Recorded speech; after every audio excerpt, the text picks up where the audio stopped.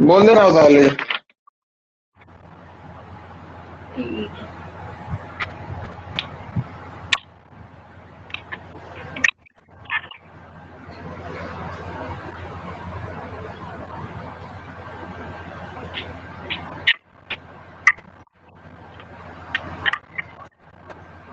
उतार लिया।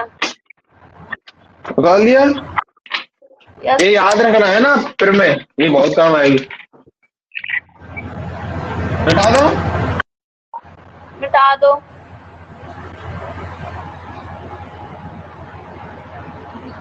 मतलब इसकी हिंदी याद करनी है? मतलब इसको समझ तू, बस इसको समझ ले अच्छे से। हाँ मतलब जो मतलब समझ तो लिया मतलब, लेकिन अगर पेपर में क्वेश्चन आएगा तो फिर क्या करेंगे मतलब एक, इसको मतलब। हाँ एक सेकंड हो गया, एक सेकंड हो गया, कॉल आ रहा है।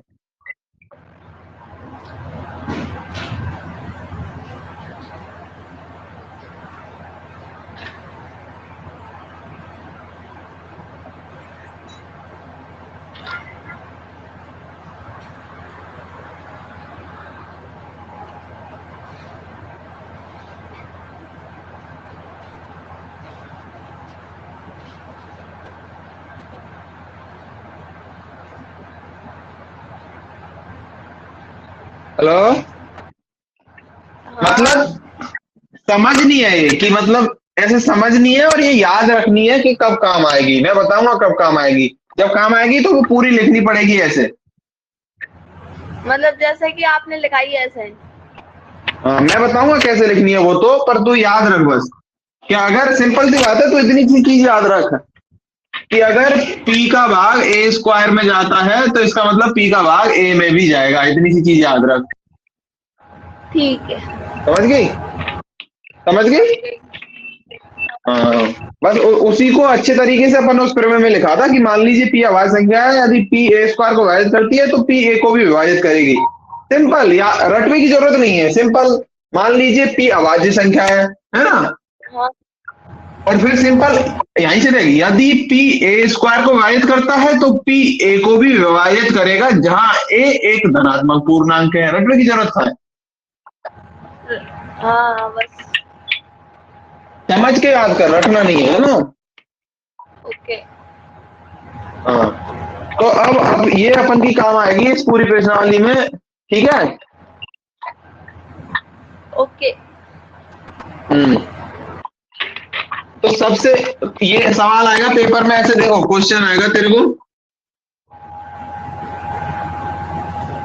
क्वेश्चन ऐसे आएगा, सिद्ध कीजिए।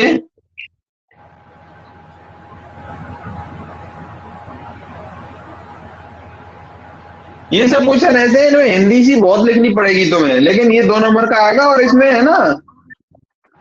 और ये 2 नंबर का हमेशा फिक्स है, हर एग्जाम में आया आज तक। बोर्ड की ऐसी कोई एग्जाम नहीं गई जिसमें ये क्वेश्चन नहीं आया हो। तो 2 नंबर के लिए इतना रटना, तो रटना भी पड़ेगा अपन को। ठीक है। अब देख, अपन ने पते है कि रूट, अगर मैं लिखता हूँ √2 तो √2 एक अपरिमेय संख्या है ना। हाँ। तो अब वही अपन ने सिद्ध करना है। सिद्ध कीजिए कि √2 एक अपरिमेय संख्या है।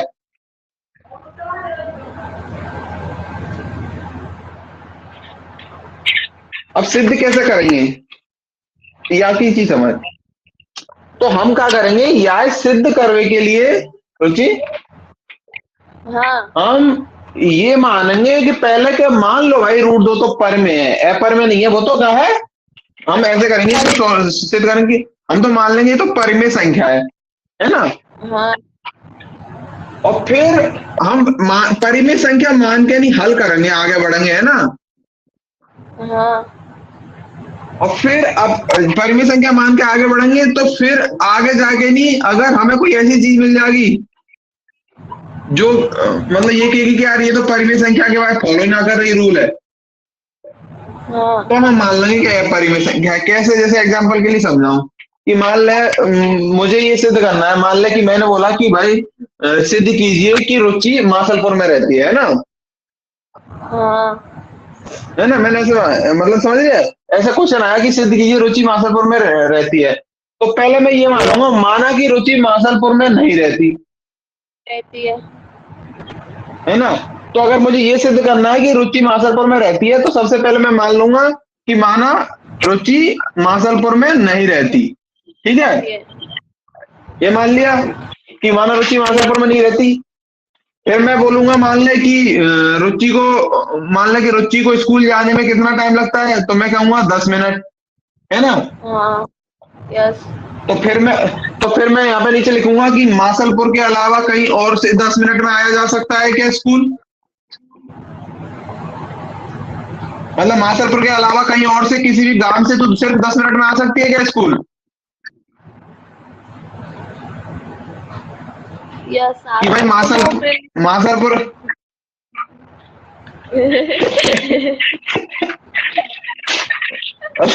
एग्जाम्पल समझ है ना कि मैंने मान ली कि माना रुचि मासलपुर में नहीं रहती, है ना। कि रुचि को स्कूल आने में कितना टाइम लगता है, 10 मिनट। तो मासलपुर के अलावा कहीं और से 10 मिनट के अंदर आया जा सकता है, हम बोलेंगे नहीं आया जा सकता।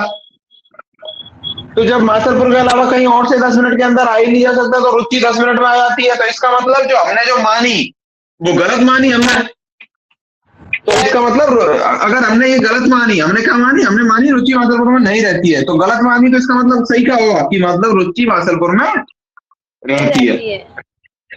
समझ गई। तो मतलब हम उल्टा मान के नहीं, मतलब ऐसे समझ तू, हम गलत मान के नहीं बाह्य गलत प्रूव कर देंगे, मतलब हम गलत मानेंगे और बाह्य गलत प्रूव कर देंगे, तो मतलब वो सही मान जाओ। समझ रही है। Yes, clear. क्लियर। मतलब जैसे एग्जांपल से समझ, है ना, कि हमें सिद्ध करना है, जैसे कोर्ट में केस चलता है ना, कोई केस आता है चोरी का, है ना। तो भाई वो अब कोई चोर है, तो उससे जज क्या कहेगा, चोर के वकील से, क्या भाई सिद्ध कीजिए कि ये आदमी चोर नहीं है, हाँ, यही तो कहेगा। भाई जज क्या कहेगा, उससे उसके वकील से कहेगा कि भाई तू सिद्ध करके तेरा ये आदमी चोर नहीं है। नहीं है। तो फिर वो वकील कहेगा कि जज साहब मान लेता हूं मेरा आदमी तो चोर है ना। तो क्या करेगा, ये सिद्ध करने के लिए कि चोर नहीं है को सिद्ध करने के लिए जज साहब के सामने कैसे दलील पेश करेगा, कह रहा माय लॉर्ड मेरा जो क्लाइंट है वो तो चोर है। यस। वो कहेगा जज से कि माय लॉर्ड मेरा क्लाइंट तो चोर है। फिर जज कहेगा कि चोर है, तो फिर कि अगर ये चोर है तो इसका मतलब चोरी वाले दिन ये चोरी वाली जगह पे होना चाहिए। हाँ, सही बात है कि नहीं, यस। है ना। फिर वकील कहेगा लेकिन माय लॉर्ड मेरा क्लाइंट तो जिस दिन चोरी हुई थी उस दिन बोल दो भैया वहां था, अमेरिका में था, हाँ, है ना। वकील ने बोला कि मान लो जज साहब मेरा क्लाइंट तो चोर है, लेकिन माय लॉर्ड मेरा क्लाइंट जिस दिन चोरी हुई थी उस दिन अमेरिका में था। तो फिर जज कहेगा कि तो अगर तुम्हारा क्लाइंट उस दिन अमेरिका में था तो उसने चोरी कैसे करी। फिर भाई अगर ये चोर है और उस दिन अमेरिका में था तो उसने चोरी कैसे करी। हाँ, तो फिर वकील कहेगा कि भाई तो मैं कह रहा हूं माय लॉर्ड, अगर ये चोर होता तो उस दिन चोरी, अगर ये मेरा क्लाइंट चोर होता तो फिर उस दिन चोरी के दिन यहाँ होना चाहिए था। हाँ, तो इसलिए मेरा क्लाइंट चोर नहीं है। तो ऐसे घुमा के नहीं, मतलब ये मान गए कि चोर है और माने ये सिद्ध कर दे कि चोर नहीं है। तो ऐसे ही हम √2 को परिमेय संख्या मान के ये सिद्ध करेंगे कि परिमेय संख्या नहीं है। समझ गई। समझ गई। समझ गई ना हमें करना क्या है, कॉन्सेप्ट समझ गई ना कि हमें क्या करना है, अब कैसे करना है वो मैं बताऊंगा। समझ गई ना क्या करना है? समझ गई। ठीक है। तो अब हम क्या करते हैं, अब यहां से मैं प्रूफ चालू है ना, एग्जाम में आएगा तो ऐसे ही लिखना है, ठीक है। ठीक तो मैं बाद में मैं बोलूँ तो पहले मैं लिख देता हूँ, है ना, समझ ले। ओके। ठीक है।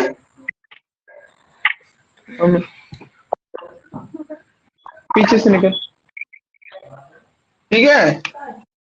ठीक है। तो सबसे पहले हम क्या करेंगे, प्रूफ के लिए हम मान लेंगे माना, ध्यान से सुनना, ठीक है। ओके। माना कि √2 एक परिमेय संख्या है। वही मतलब कि भाई हमें सिद्ध करना है कि चोरी नहीं करी, तो हमें मान लेंगे कि चोर है। करेक्ट। तो हमें सिद्ध करना है कि अपरिमेय संख्या है, तो हमने मान लिया उसको कि वो तो भाई अपरिमेय नहीं परिमेय ही है भाई। ठीक है, यस। लिख लिया, माना कि √2 एक परिमेय संख्या है ना।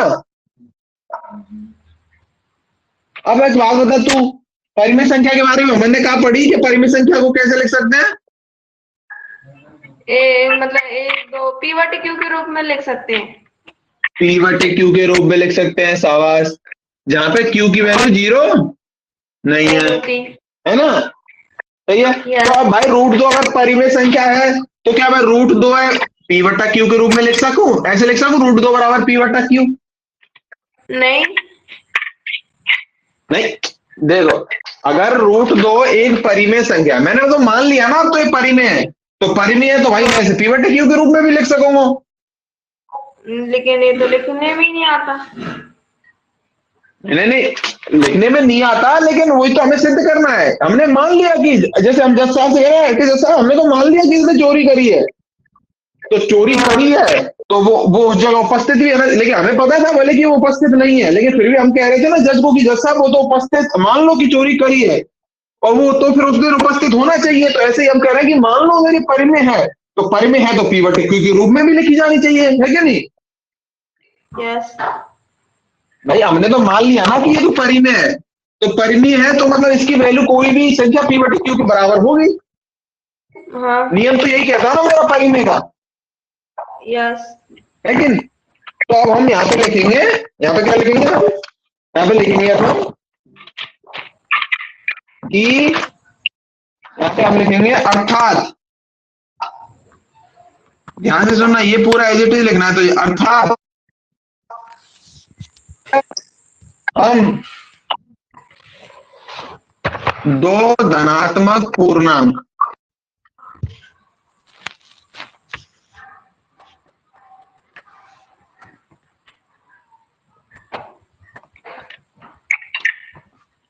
p, q लिखे ना, p, q हाँ। ऐसे ज्ञात कर सकते हैं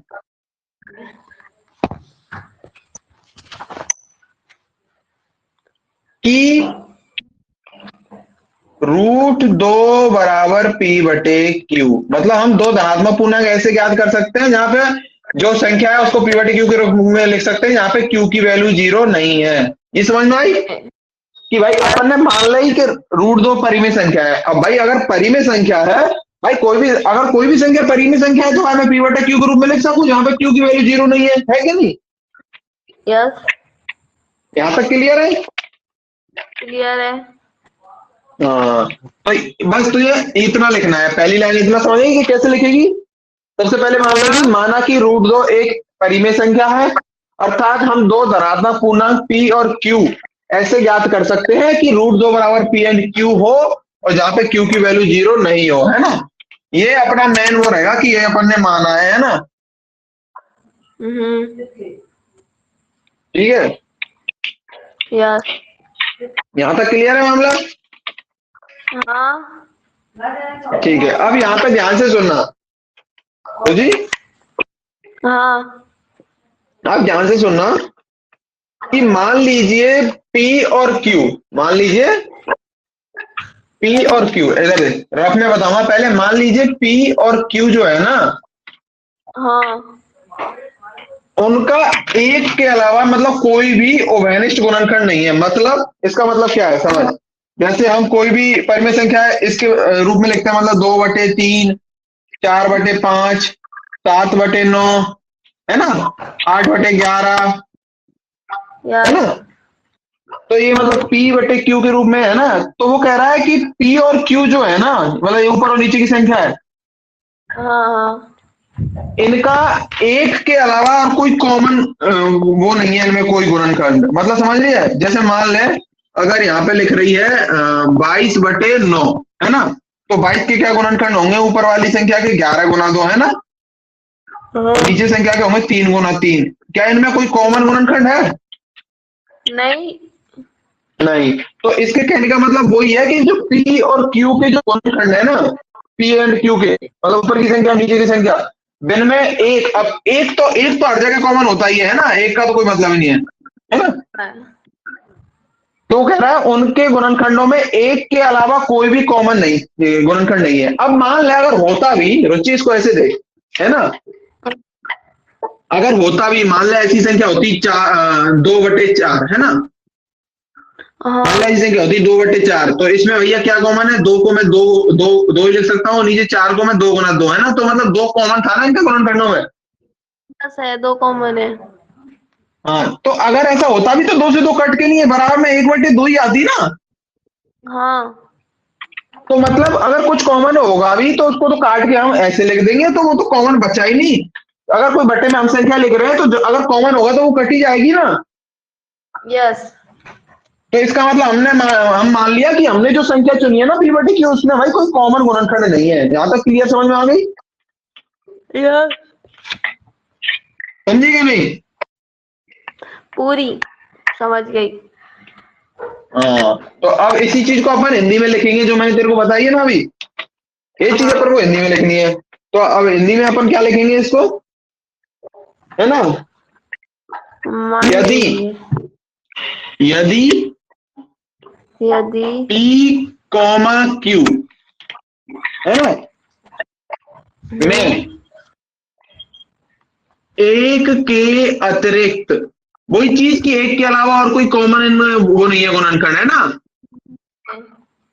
वही चीज लिखेंगे, एक के अतिरिक्त कोई भी कॉमन गुणनखंड। अब कॉमन तो लिखते नहीं है अपन भाई, एग्जाम में लिखना है तो अपन कॉमन को क्या, वैसे कॉमन को हिंदी में क्या बोलते हैं, ओवेनिस्ट। ओवेनिस्ट। वो तो अपन बोलने में बोलते हैं ना, कॉमन तो एग्जाम में तो अपन को ऐसी भाषा लिखनी पड़ेगी ना।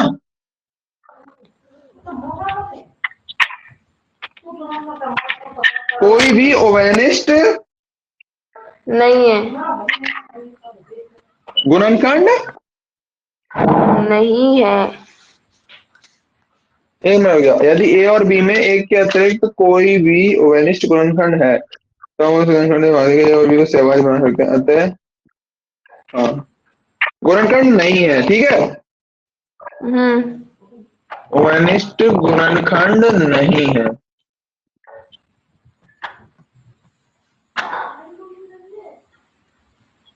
यहां तक आगे क्लियर? यस। ठीक है, तो इसका मतलब क्या है, ठीक है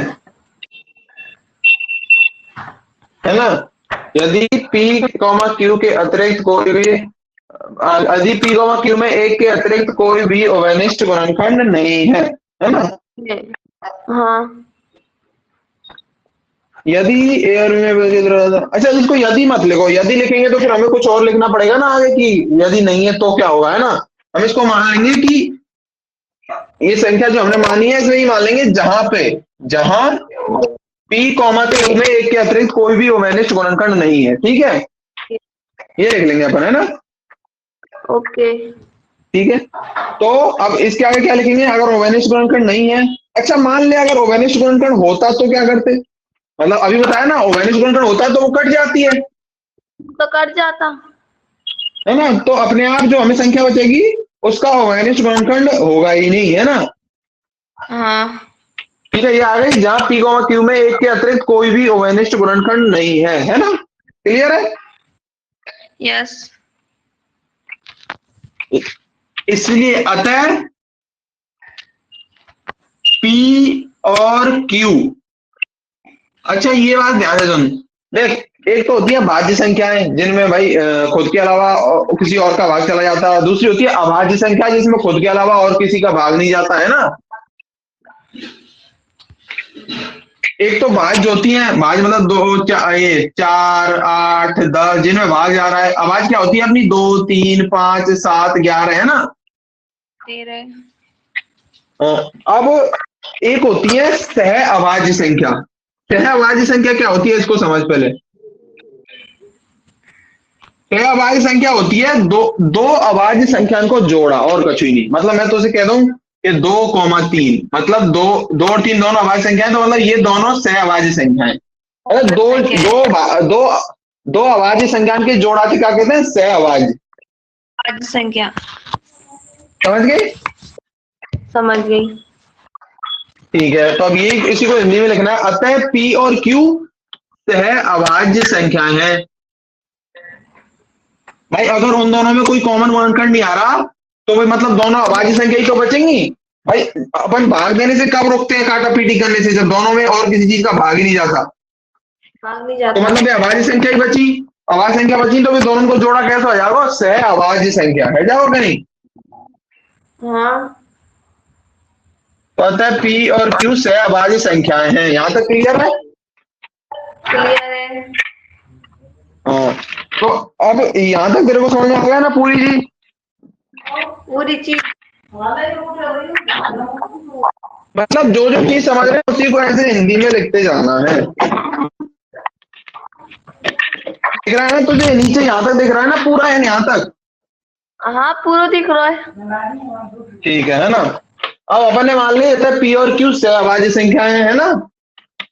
हाँ ठीक है, तो अब मैंने अभी ये लिखी तो अब इसको मैं यहाँ लिख लूंगा। अतः अतः जो अभी यहाँ पे लिखी ना, √2 बराबर पी एंड क्यू, पी बटे क्यू है ना, ये तो लिखी थी मैंने अभी। ठीक है, हाँ है ना? तो इसको मैं आगे सॉल्व करूंगा तो मैं इसको क्या लिख सकता हूँ, ये एक क्यू इधर आ जाएगा तो, मतलब गुना कर देंगे ना, क्रॉस गुना। तो क्यू √2 बराबर पी है कि नहीं? यहां तक आ गया समझ में? ये क्यू इधर गुना गुना हो गया ना, क्यू √2 गुना बराबर पी है कि नहीं? हाँ है ना? अब फिर यहां पर लिखूंगा मैं दोनों पक्षों का वर्ग करने पर।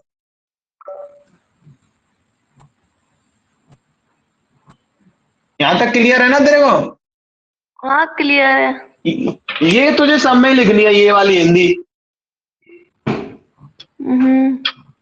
ये सब पूरे सवाल एक ही तरीका से होंगे और 2 नंबर का आएगा। संख्या बस बदल जाए, संख्या बदलने से कोई फर्क नहीं पड़ रहा। √2 की जगह √3 है या √5 है या, समझ गई? यस। ठीक है, तो यहाँ पे ए क्यू √2 बराबर पी आ गई, तो दोनों पक्षों का वर्ग करने पर क्या आएगा? तो इधर का मैं वर्ग करूंगा तो क्या आएगा बता? क्यू गुना √2 का स्क्वायर करूंगा बराबर पी का स्क्वायर, है ना? स्क्वायर। हाँ, तो ये कितने कह जाएगी बता? स्क्वायर होगा दोनों को तो Q square Q square plus square से अंडर रूट समाप्त। तो यहाँ पे कितने का आएगा? 2। 2, तो क्यू स्क्वायर इंटू 2 है ना? ये इंटू है ना, बीच में प्लस थोड़ी है। यस इंटू है। हाँ, तो ये 2 क्यू स्क्वायर इंटू 2 को मैं ऐसे लिखूंगा, क्यू स्क्वायर इंटू 2 बराबर पी स्क्वायर, है ना? हाँ तो मतलब मैं इसको क्या लिखूंगा? 2 क्यू स्क्वायर बराबर पी स्क्वायर लिखूंगा कि नहीं? हाँ यहां तक क्लियर है क्या? क्लियर। यहां तक कोई दिक्कत यहां तक समझने में? नहीं।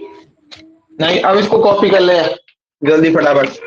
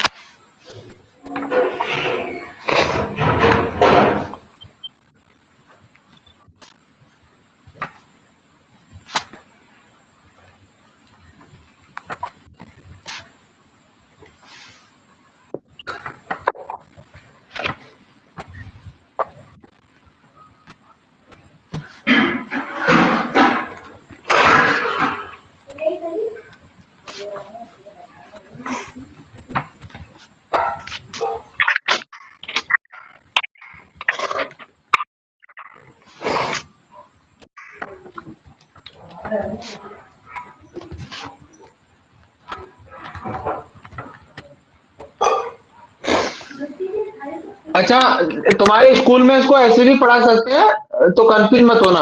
मतलब पी बट्टा क्यू की जगह ए बट्टा बी भी लिख ले, आर बट्टा एक्स लिख ले, कुछ भी लिख ले, वे तो चर है, मतलब कुछ भी मान ले, x y p q a y a b, है ना। वो तो कुछ भी मान लो ऐसे तो। हाँ, तो कंफ्यूज नहीं होना है ना। ठीक है।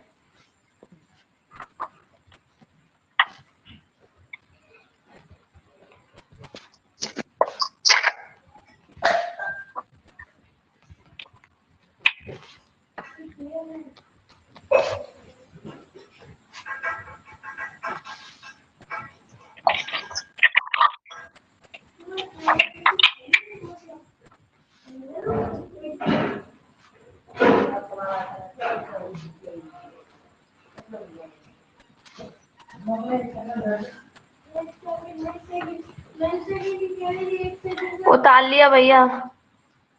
उतार लिया ना। यस। हाँ, अब ध्यान से समझना, ठीक है। ठीक है। और अभी यहाँ से मैं मिटा रहा हूँ, ठीक है। ये माना वाली को रहने दे रहा हूँ बस, है ना। ओके।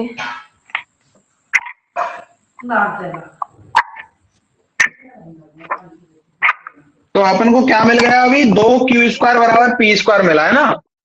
हाँ। है ना, 2 क्यू स्क्वायर बराबर पी स्क्वायर, है ना। हाँ। ठीक है, आगे देख, इसको ध्यान से देख। मतलब ये क्या लिखा हुआ है। अब इसको मैं ऐसे भी लिख सकता हूँ, पी स्क्वायर बराबर 2 गुना क्यू स्क्वायर। हाँ। तो अभी अपना आया ही था, है ना। तो मतलब ये ऐसे लिखा हुआ है, तो इसको ऐसे समझ, अगर मैं रफ में समझूं तो ये पी स्क्वायर कोई संख्या है, उसको हमने 2 और क्यू स्क्वायर में इसके गुना में व्यक्त कर रखा है ना। हाँ। तब तू मुझे एक चीज बता, अगर मैं ऐसे लिख रहा हूं, तो मान ले कोई भी संख्या है, जैसे मैं 6 को क्या लिख सकता हूँ, 2 गुना 3, है ना। 9 को क्या लिख सकता हूँ मैं, 3 गुना 3। 8 को क्या लिख सकता हूँ मैं, 2 गुना 4, है ना। 10 को क्या लिख सकता हूँ मैं, 2 गुना 5। तो अच्छा। अगर मैं कोई भी संख्या है बाय दो संख्या के गुना के रूप में लिख रहा हूं, तो इसका मतलब ये 10 है, इसमें 2 का भी भाग जाएगा पूरा पूरा, और 5 का भी भाग जाएगा, जाएगा कि नहीं जाएगा। तभी तो मैं उनके गुणनखंड के रूप में लिख सकता हूँ। हाँ। सही बात है कि नहीं। जैसे 6 है तो इसमें 2 का भी भाग जाएगा, 3 का भी भाग जाएगा। 9 है तो इसमें भी 3 का भाग जाएगा, 3 का। 8 है तो इसमें 2 का भी भाग जाएगा, 4 का भी भाग जाएगा। जाएगा कि नहीं जाएगा। जाएगा। जाएगा। है। तो ऐसे अगर मैं पी स्क्वायर बराबर 2 गुना क्यू स्क्वायर लिख रहा हूं, तो इसका मतलब पी स्क्वायर में क्यू स्क्वायर का भी भाग जाएगा और 2 का भी जाएगा, जाएगा कि नहीं जाएगा। जाएगा। यहां तक क्लियर है ना। क्लियर। है ना, तो इसका मतलब क्या है कि जो पी स्क्वायर है उसमें क्यू स्क्वायर का भाग जाता है कि नहीं। हाँ। तो मैं यहाँ पे वही चीज लिखूंगा, और यहाँ पे जो 2 है उसका भी भाग जाता है, पी स्क्वायर में जाता है कि नहीं। यस। तो मैं यहाँ पे क्या लिखूंगा, अतः। सिंपल सी चीज लिखूंगा, जो 2 है, दो दो जो है, अगर अतः 2 कॉमा लगा के पी स्क्वायर को विभाजित करता है, सिंपल। यहां तक ये समझ में आ गई, क्लियर। क्लियर है। है ना, कोई मैंने इसमें रॉकेट साइंस नहीं है, अपने सिंपल भाई, अगर कोई संख्या के गुना के रूप में लिख रहे हैं तो मतलब आपको भाग जाएगा बाद में, हाँ। है कि नहीं। इसको और ये जो 2 क्यू स्क्वायर बराबर पी स्क्वायर आया ना, इसको अपन समीकरण नंबर 1 दे देंगे, है ना। ठीक है। है ना, आगे काम में लेने के लिए, जैसे करते तो है अपन। हाँ करते हैं। ठीक है, तो यहाँ तक क्लियर है। मैं ना, अतः 2 पी स्क्वायर को विभाजित करता है ना। या फिर तो इसको ऐसे भी ले सकती है, सिंपल, जैसे तुझे मन करे। अतः पी स्क्वायर में 2 का भाग जाता है, ये भी लिख सकती है तू, है ना। जो तेरा मन करे वो लिख सकती है, बस ये चीज लिखनी है कि भाई पी स्क्वायर में 2 का भाग जाएगा, ठीक है। हाँ। अच्छा, अब एक अपन ने अभी एक चीज पढ़ी थी, देख ये याद है, अभी थोड़ी देर पहले एक फिर में पढ़ाई थी मैंने, अगर कि ए स्क्वायर में पी का भाग जाता है तो ए में भी पी का भाग जाएगा। जाएगा। तो अगर ए स्क्वायर है कोई संख्या, उसमें पी का भाग जाता है तो ए में भी पी का भाग जाएगा। तो यहाँ पे देख, यहाँ पे भी तो ये चीज हो रही है ना, पी स्क्वायर में 2 का भाग जा रहा है कि नहीं। जा रहा है। तो इसका मतलब पी में भी जाएगा कि नहीं जाएगा। जाएगा। समझ गए ना। अभी तो अपन ने फिर में पढ़ी थी ना कि अगर कोई संख्या के स्क्वायर में भाग जा रहा है तो वो संख्या में भी जाओ। हाँ जागो। तो अगर दो पी स्क्वायर को विभाजित करता है तो इसका मतलब दो पी को भी विभाजित करेगा। करेगा। क्लियर है कि नहीं है? करेगा। हाँ, तो अब अपन इसमें क्या लिखेंगे, तो अपन यहाँ पे लिखेंगे, तो इसमें अपन को हिंदी लिखनी पड़ेगी, है ना।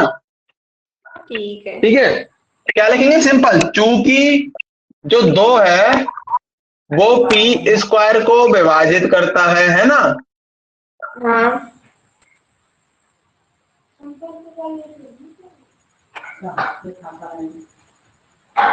तो है ना, विभाजित करता है,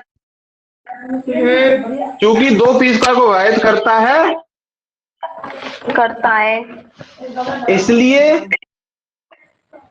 है ना, अगर दो पी स्क्वायर को विभाजित करता है तो इसलिए, इसमें लिखिए इसलिए प्रमेय 1.2 के द्वारा, 1.2 ही ना वो, हाँ।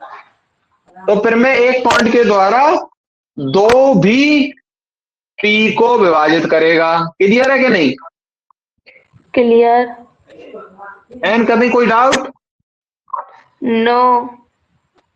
समझ गई मैं यहां तक। यस। तो मतलब भाई अगर पी दो है वो पी स्क्वायर को विभाजित करता है तो फिर मैं 1.2 के द्वारा दो भी पी को विभाजित करेगा, है कि नहीं। हाँ।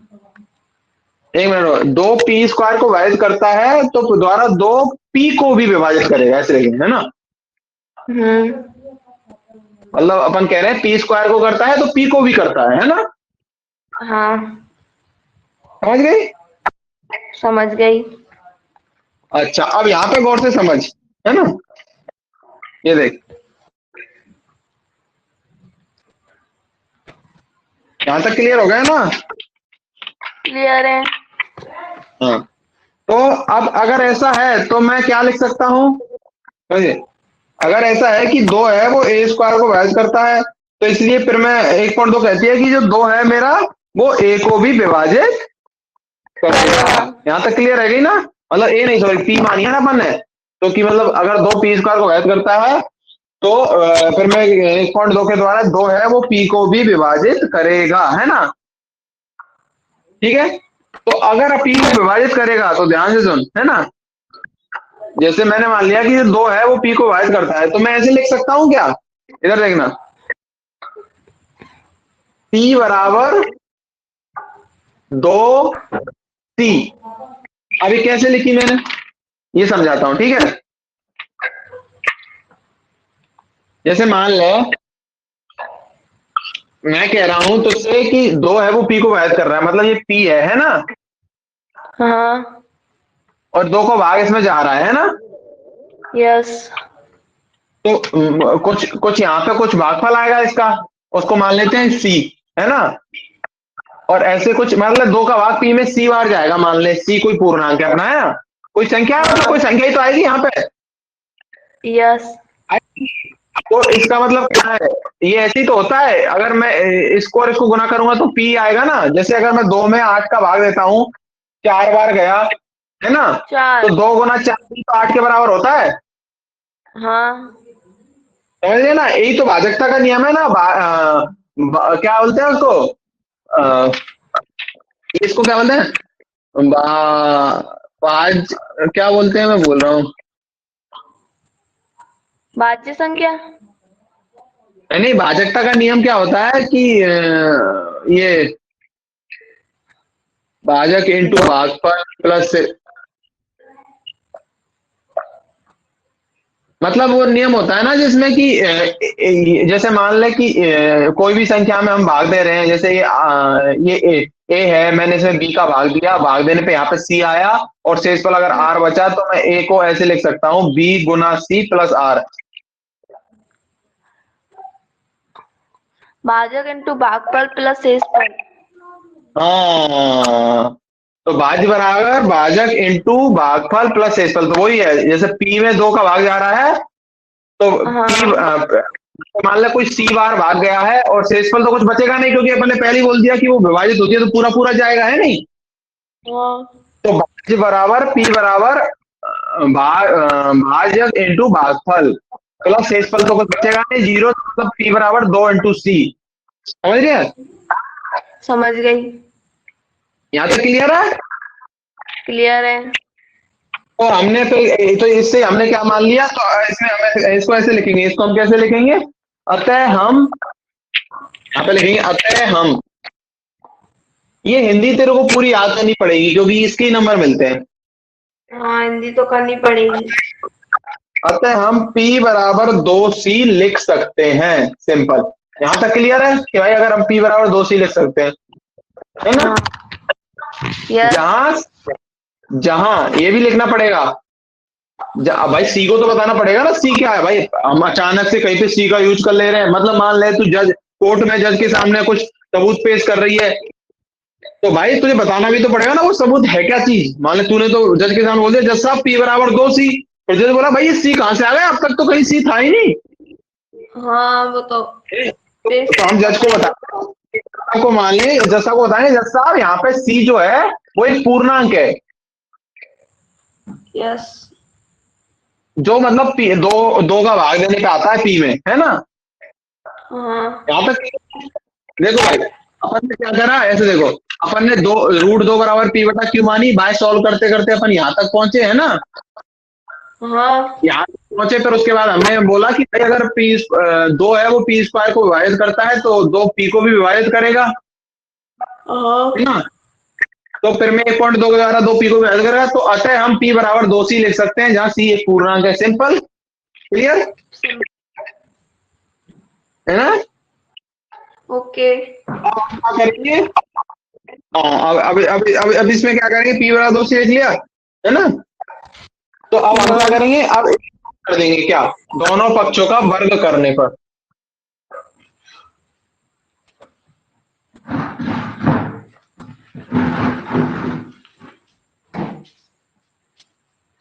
दोनों पक्षों का वर्ग करने पर क्या आएगा, P स्क्वायर बराबर 2C के ऊपर भी स्क्वायर, है ना? तो ये क्या आ जाएगा, यहाँ से P स्क्वायर बराबर इसका कितना आएगा बता? इसका 4C स्क्वायर। 4C स्क्वायर, तो ये आ गया P स्क्वायर बराबर 4C स्क्वायर, है ना? हाँ, यहाँ तक क्लियर है? क्लियर है। तो इसको मैं क्या मान लूंगा, समीकरण 2, 2। है ना? हाँ, समझ गई? समझ गई। हाँ, तो अब मैं क्या करूंगा, अब तू यहाँ तक कॉपी कर ले पहले, करूं? यहाँ तक समझ में आ रहा है ना, पूरा क्लियर? यस, पूरा समझ में आ गया।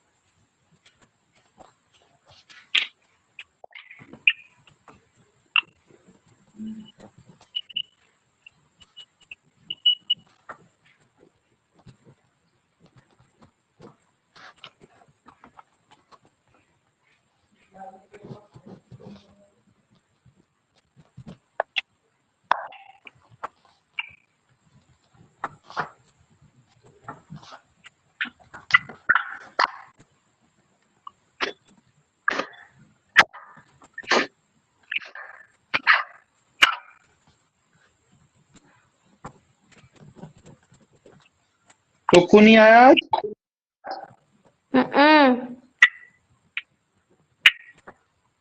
आज नहीं आया वो, आज तो तूरो ले गए हो कि तुम?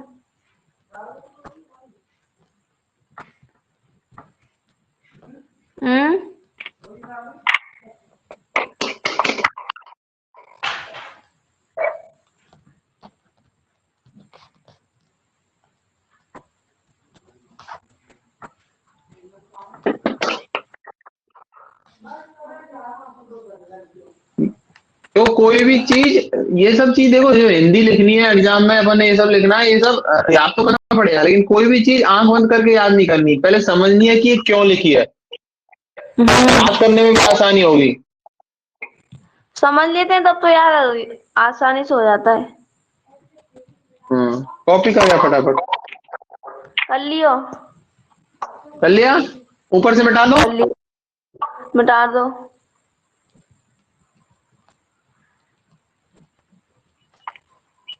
तो मैं समीकरण 1 और 2 है वापस से लिख देता हूँ, है ना, ताकि तो वो दिक्कत नहीं आए मतलब देखने में। तो समीकरण एक थी मेरी 2q² बराबर p², है ना। और अभी जो समीकरण 2 लिखी थी वो थी p² बराबर 4c², है ना। हाँ।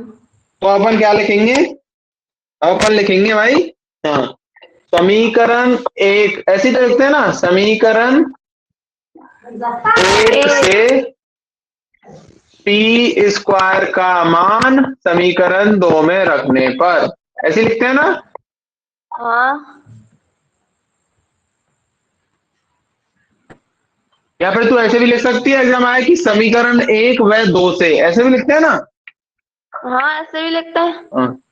तो अब यहाँ पे देखो, तो ये क्या आ गई, 2q², है ना, बराबर, अब p² की जगह मैं ये लिख सकता हूँ कि नहीं, यहाँ में से 4। 4c², है ना। हाँ। अब ये 2 से 4 2 बार कट जाएगी कि नहीं, ऐसे जागी। कट, ऐसे जाने ना, तो ऐसे कट जाए कि नहीं। कट जावे। हाँ, ये जाने के समझाऊं। नहीं कट जावे तो। ठीक है, 2 से 4 2 बार कट गई तो कितने का आ गया, q² बराबर 2c² आ गया कि नहीं। हाँ। जैसे मैं दूसरे कलर के पेन से काट के दिखा देता हूँ तुझे, है ना। अरे 2 से 4 कट गई, 2, है ना। तो q² बराबर कितने का आ गया, 2c² आ गया कि नहीं। हाँ। अब यहाँ पे एक चीज देख, 2c² आ गया। हाँ आ गया। तो सिंपल, अब देख सिंपल अपन ने कुछ नहीं करना, वो ही चीज रिपीट करनी है। q² बराबर 2c² है, तो हम यहाँ पे क्या लिखेंगे, तो हम यहाँ पे लगेंगे इसका अर्थ ये है, जो पहले करिए अपन ने, इसका अर्थ यह है कि 2q² को विभाजित करता है। पहले लिखी ना अपन ने, जब अपनी क्या आ रही थी, पहले जब अपनी आ रही थी p² बराबर 2c² तो अपने लिखी कि p² 2 है जो p² को विभाजित करता है। तो ऐसे ही अपन ने q² और 2c² आ रही तो लिखिए कि 2 है वो q² को विभाजित करता है ना। क्लियर है ना। क्लियर है ना। तो इसलिए ऐसे भी लिखेंगे ना, इसलिए में 1.2 के अनुसार, है ना। हाँ। फिर में 1.2, अगर 2q² को विभाजित करता है कि तो 2 किसको भी विभाजित करेगा, मतलब क्यू को भी विभाजित करेगा। हाँ, तो 2q को भी विभाजित करेगा। यहां तक क्लियर है। क्लियर है ना। हाँ ठीक है। ठीक तो है। अब अपन एक चीज देखी, पहले अपन ने जब निष्कर्ष निकाला था तो पहले निष्कर्ष में क्या आया था अपन के कि 2p को भी विभाजित करता है। देखो रफ में देखते हैं अपन, है ना।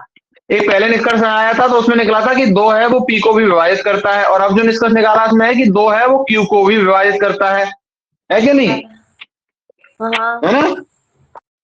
अब लेकिन अब जज साहब के सामने अपन ने दलील दे दी कि जज साहब 2p को भी विभाजित कर रहा है और 2q को भी विभाजित करेगा, है ना। हाँ।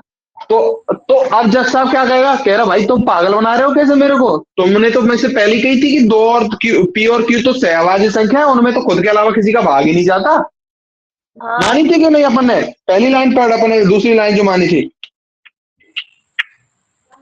पढ़ के सुना मेरे को। पहली लाइन मतलब माना कि √2 एक परिमेय संख्या है, अर्थात हम 2 धनात्मक पूर्णांक p और q ऐसे ज्ञात कर सकते हैं कि √2 बराबर p/q, q नॉट 0। और आगे पढ़।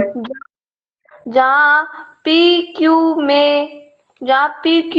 में के अतिरिक्त कोई भी, जहाँ p और q में एक के अतिरिक्त कोई भी अवयनिष्ठ गुणनखंड नहीं है, अतः p और q सहअभाज्य संख्याएं हैं, अतः √2 बराबर।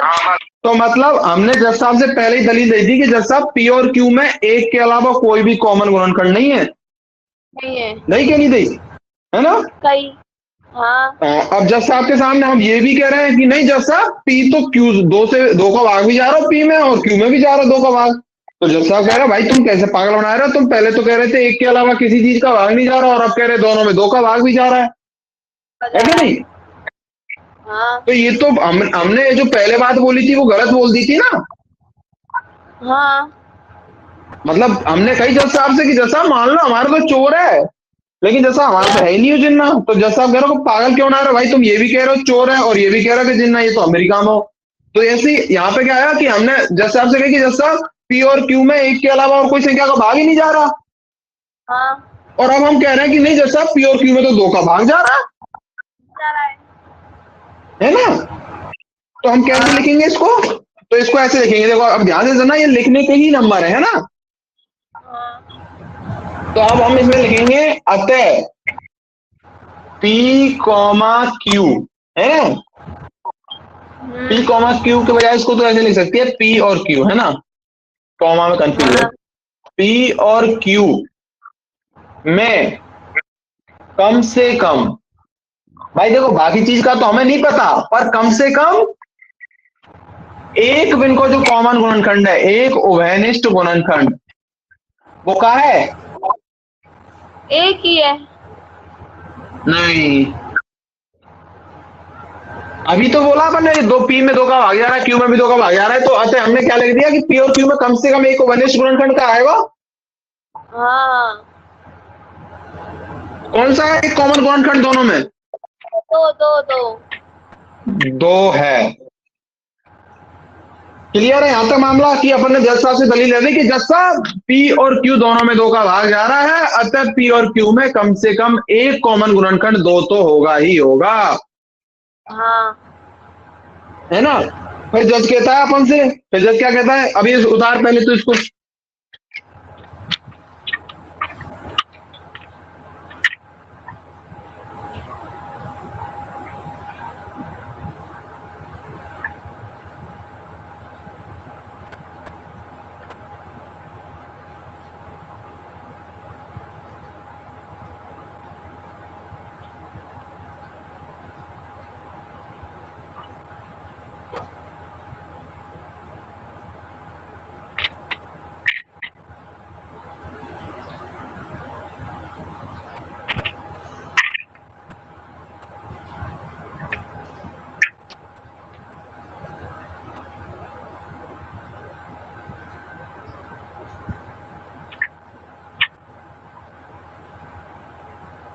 यहां तक क्लियर समझ में आ गया ना पूरा? हाँ पूरा समझ में आ गया।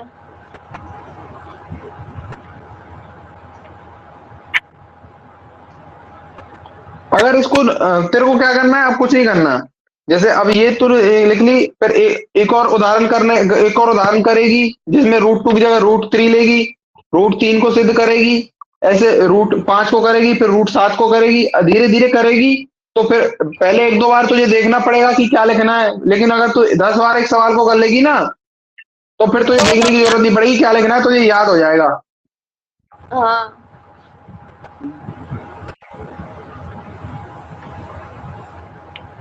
लिख लिया? हाँ लिख लिया। ठीक है, मिटा दूं? मिटा दो।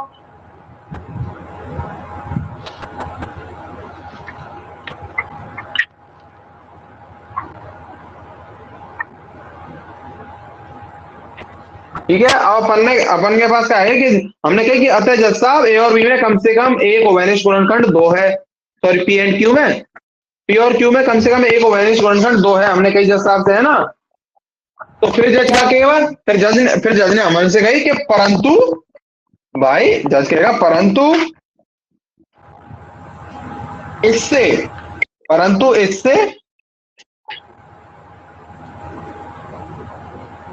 तथ्य का विरोधाभास होता है। इस तथ्य का, वो कह रहा भाई लेकिन इससे तो इस बात का विरोधाभास है, मतलब ये तो तुम अपनी उस बात का विरोध कर रहे हो, हाँ। है ना। विरोधाभास होता है, कौन सी बात की कह रहा है जैसा, इस तथ्य का विरोधाभास होता है कि P और Q, है ना, कि P और Q में एक के अतिरिक्त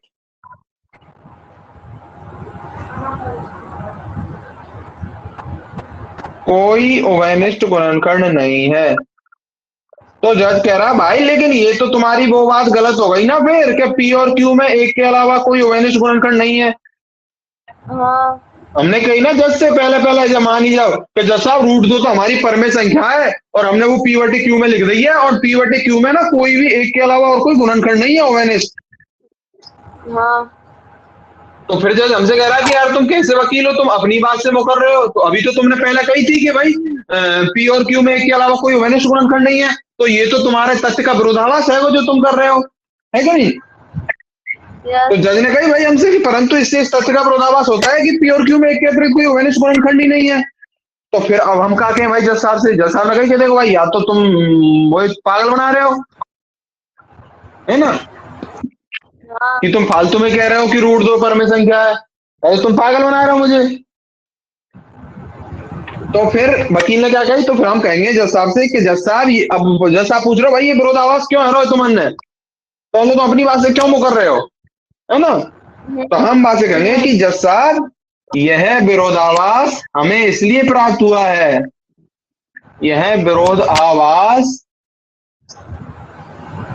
हमें इसलिए प्राप्त हुआ है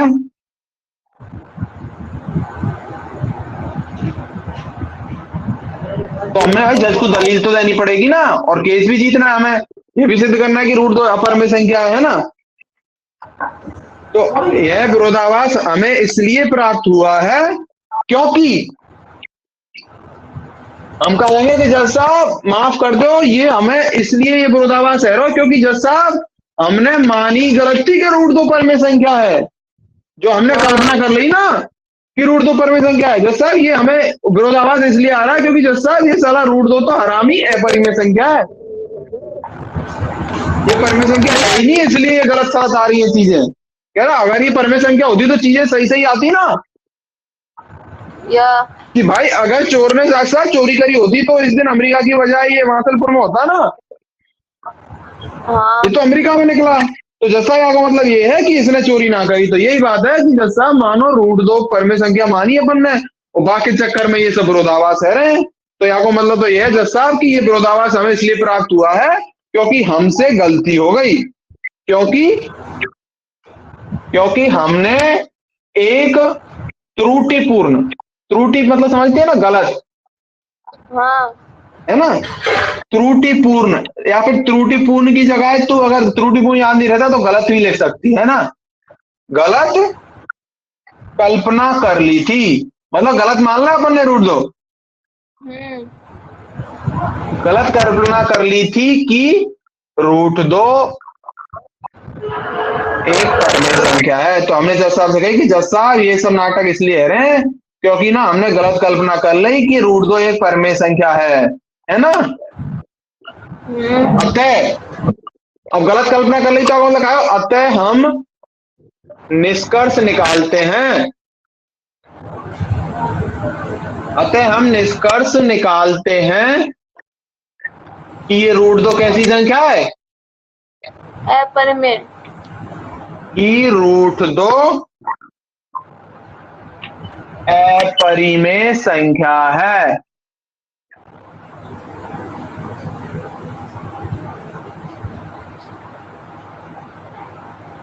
क्लियर है कि नहीं, क्लियर है।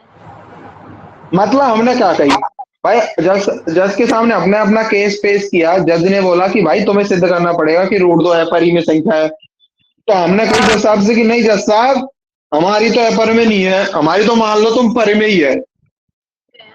जज साहब ने कही कि मान ली भैया। तो हमने कही भाई अगर जज साहब परिमेय है तो हम P बटे Q के रूप में भी लिख सकें, हाँ ठीक है। तो P बटे Q के रूप में लिखी हमने रूट दो बराबर P बटे Q। तो वहां से हमने जो क्रॉस गुणनखंड क्रॉस गुना करके नहीं √2q बराबर पी आई, फिर दोनों पक्ष को स्क्वायर कर दो तो 2q² बराबर पी स्क्वायर आई। तो फिर हमने तो जैसे कही दोबारा कि जैसा साहब देखो 2q² बराबर पी स्क्वायर आ रही है, तो यहाँ मतलब जैसा ये है कि जो पी स्क्वायर है उसमें 2 का भाग जाएगा साहब।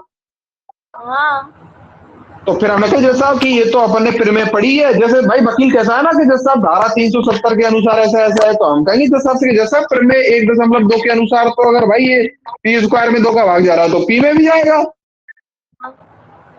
जैसा हमने कही बात तो सही है। फिर हमने कही जैसा तो मान ले इसको समीकरण 1 मान लेते हैं अपन, और हम कहें कि जैसा अगर पी में 2 का भाग जा रहा है तो इसका मतलब क्या है कि भाई मैं पी बराबर 2c लिख सकता हूँ, हाँ है ना। उस नियम से भाज्य बराबर भाजक इंटू भागफल प्लस शेषफल से, हाँ है ना। तो पी बराबर 2c लिख दिया और फिर उसका स्क्वायर करके दोनों पक्षों का, और फिर उस मान को समीकरण 1 में रख दिया, है कि नहीं। दिया। हाँ तो हमें वहां से प्राप्त हुआ ये क्या बोलते हैं इसको, q² बराबर 2c²। हाँ तो फिर हमने कही जज साहब देखो q² 2 से विभाजित हो रहा है, ये तो गुणनखंड में आ रहा है ना, तो q² में 2 का भाग जा रहा है साहब। तो फिर हमने कही कि जज साहब वही अपनी धारा फिर में 1.2 के अनुसार q² में जा रहा है 2 का भाग, तो q में भी जाएगा। जाएगा। तो फिर हमने कही जज साहब देखो p में भी जा रहा है 2 का भाग, q में भी जा रहा है 2 का भाग, मतलब 2 जो है वो उभयनिष्ठ गुणनखंड है p और q का। फिर जैसा हमने कही कि भाई तुम मुझे पागल मत बनाओ, तुम नहीं कही थी कि p और q का एक के अलावा कोई उभयनिष्ठ गुणनखंड नहीं है। तो फिर हमने कही कि जैसा आप माफ करो, ये गलती हमसे इसलिए है, ये विरोधाभास हमसे इसलिए है क्योंकि हमने जो कल्पना करी थी वो त्रुटिपूर्ण थी, हमने गलत कल्पना कर ली थी कि √2 परिमेय संख्या है। जज साहब ये तो अपरिमेय संख्या है। तो जब तब जाके जज सेटिस्फाई हुआ कि हाँ भाई तुम्हारी बात सही है। समझ गई, कर लेगी। हाँ √2 की जगह √3 आ जाएगा तो कर लेगी। हाँ सेम, वो तो वैसे ही होगा, बस संख्या चेंज करनी है। सेम, बस संख्या बदलेगी, 2 का स्क्वायर 4 होता है, 3 के में 9 आ जाएगा, संख्या बदलेगी बस। समझ गई। समझ गई। हाँ, तो तेरा होमवर्क क्या है कल का। मतलब √2 की बदले √3 करके लाना है। हाँ समझ गई ना। समझ गई। क्लियर है। 2 नंबर का आएगा, ये 2 नंबर कहीं पे भी जाने नहीं चाहिए, इसको इतना प्रैक्टिस करना है, कम से कम इसके 10 सवाल करने हैं ताकि ये पूरी चीज उंगलियों पे याद हो जाए। देखो तुझे प्रोसेस याद रखनी पड़ेगी, जो अपन का रास्ता है वो याद रख कि हम भाई कैसे करेंगे। सबसे पहले हम करेंगे रास्ता, जैसे आपके सामने दलील देंगे p/q की, p/q बराबर √2 जाएगी, उनका स्क्वायर करेंगे, मोटा मोटा अगर रास्ता याद होगा तो अपने आप बना लेगी, है कि नहीं। तो फिर दोनों पक्षों को स्क्वायर करके नहीं, वहां से ये निकालेंगे कि 2 का भाग जा रहा है q में, फिर p में, फिर ऐसे ही उसको p बराबर 2c लिख के ये बताएंगे कि भाई q में भी जा रहा है 2 का भाग, फिर q में भी जा रहा है, तो मतलब 2 उनका कॉमन गुणनखंड है, लेकिन कॉमन गुणनखंड तो हो ही नहीं सकता। जैसा आप बोलेगा तुम तो मुझे पागल बना रहे हो, क्योंकि तुमने तो बोला था 1 के अलावा कोई कॉमन गुणनखंड ही नहीं है। फिर हम बोलेंगे नहीं नहीं जैसा आप गलती हो गई, ये विरोधाभास इसलिए है क्योंकि √2 जो है वो परिमेय संख्या है, परिमेय नहीं है साहब। समझ गई। हाँ समझ गई। क्लियर है। क्लियर है। हाँ ठीक है। तो अब अपन ये ऐसे एक संख्या वाले आएंगे, √2, √3, √5, √7, √11, इनको कर लेगी ना। हाँ हाँ ठीक है। अब हम एक चीज पढ़ेंगे, ठीक है। अब हम एक चीज पढ़ेंगे जैसे कि है, हम क्या पढ़ेंगे, एक दो बाइक के लिखाऊंगा मैं, बहुत इंपॉर्टेंट है, 2 नोट है नहीं, हाँ नोट लिखाऊंगा, नोट लिख ले, है ना, जो काम में आएंगे अपन के, है ना। कोई रट्टा नहीं मानना है, एग्जाम में नहीं है, लेकिन ये अपने यूज में आएंगे, अपन सवाल सॉल्व करेंगे जब, ठीक है। ओके। तो नोट क्या है पहले समझा देता हूँ, ठीक है। समझाना कुछ नहीं है, ये है कि भाई कोई भी परिमेय संख्या है, 2, 3, 5, 4/7, 8/9, मतलब कोई भी संख्या है जो p/q के रूप में अपन लिख सके, परिमेय संख्या है ना। तो कोई भी परिमेय संख्या है ना, तो 2 परिमेय संख्या को जोड़, मतलब 2 परिमेय संख्या है, मान लो कि a और b परिमेय संख्या है, तो 2 परिमेय संख्या को जोड़ a + b भी परिमेय हो, है ना। और a माइनस बी भी, मतलब दो संख्यान का जोड़ घटाव भी परिमेय होगा, और दो संख्यान का a गुना b या a बटे b गुना भाग भी परिमेय संख्या ही होगा। समझ गई? समझ गई। मतलब कोई भी दो परिमेय संख्या है, इनको जोड़ बाकी गुना भाग कर लो आपस में, लेकिन आगे परिमेय संख्या ही। समझ गई? हाँ। मतलब भाई सिंपल तू देख ले ना, मान ले 2/3 है, एक 5/7 है। अब इन्हें वाले तू जोड़ ले, जोड़ेगी तो कितने का आएगा, ये 21 है गई, है ना। ये 14 प्लस 3 × 15, मतलब ये है गई 29/21 आ गई, तो ये भी पर में आई कि नहीं। हम्म। घटा ले, जब भी ऐसी कुछ बटे की संख्या आ गई वो भी पर में आ गई। गुना कर ले, 5 दूनी 10 और 7 के 21, 10/21 भी पर में आ गई। भाग दे ले, 2/3 में 5/7 को भाग देंगे, ये उल्टी है जाके नहीं, ऊपर गुना आ गई, गुना 7/5, तो ये भी 14/15 पर में आई। तो गुना भाग जोड़ बाकी सब पर में संख्या का क्या होगा, पर में ही होगा। समझ गई? यस। क्लियर है? क्लियर है। तो नोट लिख। तो ये समझ गए ना। लेकिन लेकिन अब लेकिन दूसरी चीज क्या है कि एक परिमेय संख्या का और एक अपरिमेय संख्या का जोड़ बाकी गुना भाग हमेशा अपरिमेय होगा।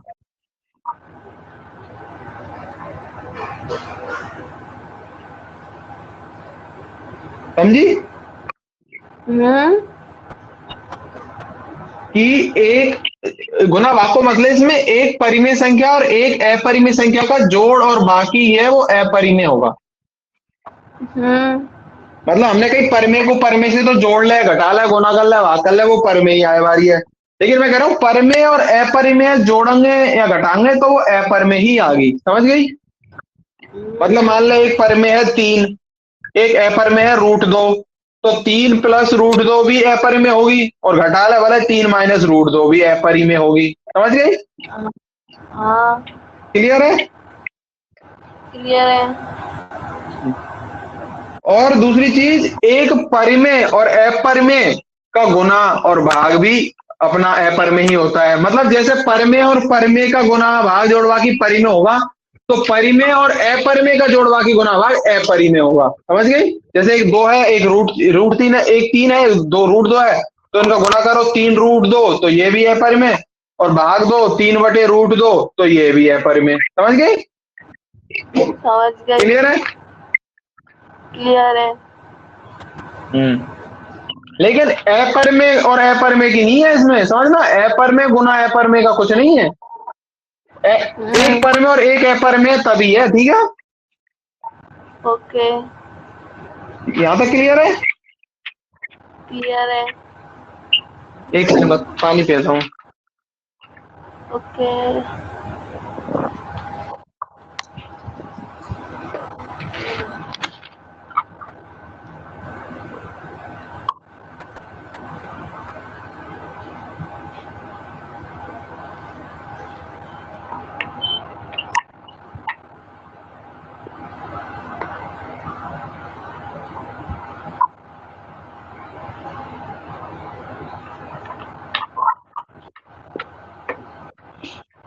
ठीक है? ठीक है। तो अब अपन अगला जो है अपनी स्टेप, उसमें इसी चीज को सिद्ध करेंगे। इसी चीज को सिद्ध करने का क्या मतलब है? मतलब हम एक परिमेय और एक अपरिमेय के जोड़ बाकी गुना भाग को जोड़ के वो भी अपरिमेय होता है, वही सिद्ध करेंगे। समझ रहे? अभी तो अपन ऐसे सिद्ध करे हैं √2, √3, √5, है ना।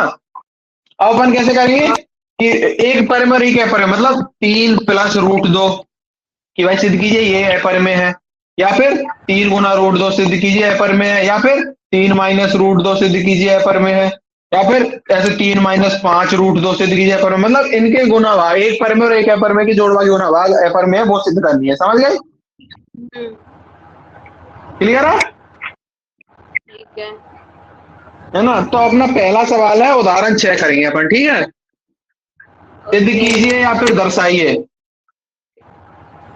नोट वही थी, नोट यही थी जो नोट बोला था ना मैं, उसी को हिंदी में लिख सकती है तू, के एक परिमेय, ये वाली नोट है, देख टिक लगा ले, मैं किताब में बता देता हूँ, है ना। ये लिख लेना, यहाँ से जगह छोड़ दे। 10 नंबर पेज दिख रहा है किताब में, उदाहरण 6 के ऊपर। हाँ इसमें 2 डॉट डॉट से दिख रहे हैं। यस है, एक परिमेय संख्या और एक अपरिमेय संख्या का योग या अंतर, यही है ना? अभी बताया ना तेरे को ये। हाँ, हाँ यही है। और नीचे वाला एक शून्येतर परिमेय संख्या और एक अपरिमेय संख्या का गुणनफल। अच्छा, शून्येतर का मतलब समझते तू? शून्यतर मतलब मैं बताता हूँ। शून्येतर का मतलब है कि शून्य नहीं है। तो वो जो कह रहा है ना, एक शून्येतर परिमेय संख्या मतलब जीरो के अलावा, हाँ समझ गए? जीरो के अलावा बात कर रहा है वो। समझ। तो ये दोनों लिख लेना, ठीक है? ओके। अब अपना क्वेश्चन है, या फिर कह सकती है तो उदाहरण जो हम सॉल्व करेंगे या जो सिद्ध करना है हमें, है ना, वो क्वेश्चन है। और हाँ, पिछले साल यही क्वेश्चन आया था एग्जाम में। दर्शाइए कि 5 माइनस अंडर रूट 3 एक अपरिमेय संख्या है। दर्शाइए 5 माइनस रूट 3 एक अपरिमेय संख्या है ना? हाँ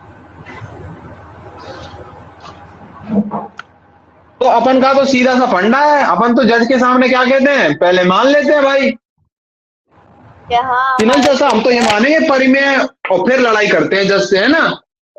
हाँ अपना यही फंडा अपनाना है इसमें पूरे में। अच्छा ठीक है, अब इसमें ना हमको ये चीज पता है, हम ये पहले ही सिद्ध कर चुके हैं कि रूट 3 एक अपरिमेय संख्या, कर चुके हैं कि नहीं? हाँ अभी जैसे अपने करी थी रूट 2, ऐसे ही हम ऐसे सिद्ध कर चुके हैं रूट 3 रूट 5 रूट 7 ये सब अपरिमेय संख्या, ऐसे सिद्ध कर चुके हैं कि नहीं अपन? हाँ तो ये अपन ऑलरेडी सिद्ध कर चुके हैं, ये जानते हैं अपन, है कि नहीं? तो अपन ने सिद्ध करनी है, दर्शाइए ये अपरिमेय संख्या है, ठीक है? सुन ले। सुन ली। तो अब हम क्या, तो हमारा तो वही है भाई, हमारा क्या है, हम तो वही है, हल पे आएंगे तो हमारा तो वही है, एक ही हिसाब है भाई। जैसा माना माना कि 5 माइनस रूट 3 एक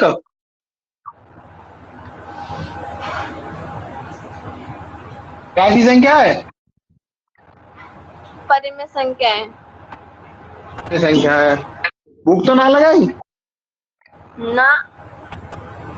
तो माना कि 5 माइनस रूट 3 एक परिमेय संख्या है, मान ली। अपन का तो सीधा सा खेल है भाई, हम तो उल्टे चलते हैं, जस से साथ नहीं चलेंगे, जस से उल्टे उल्टे चलेंगे, है ना? तो मान ली कि अपन ने 5 माइनस रूट 3 एक परिमेय संख्या है ना?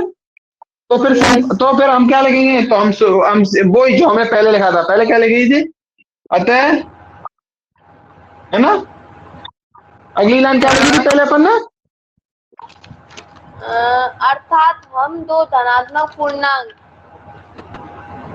हाँ अर्थात हाँ, पूरा बोल के बता। अर्थात हम दो धनात्मक पूर्णांक पी क्यू ऐसे ऐसे ज्ञात कर सकते हैं कि पी क्यू नहीं है, वो पी और क्यू है, पी और क्यू है।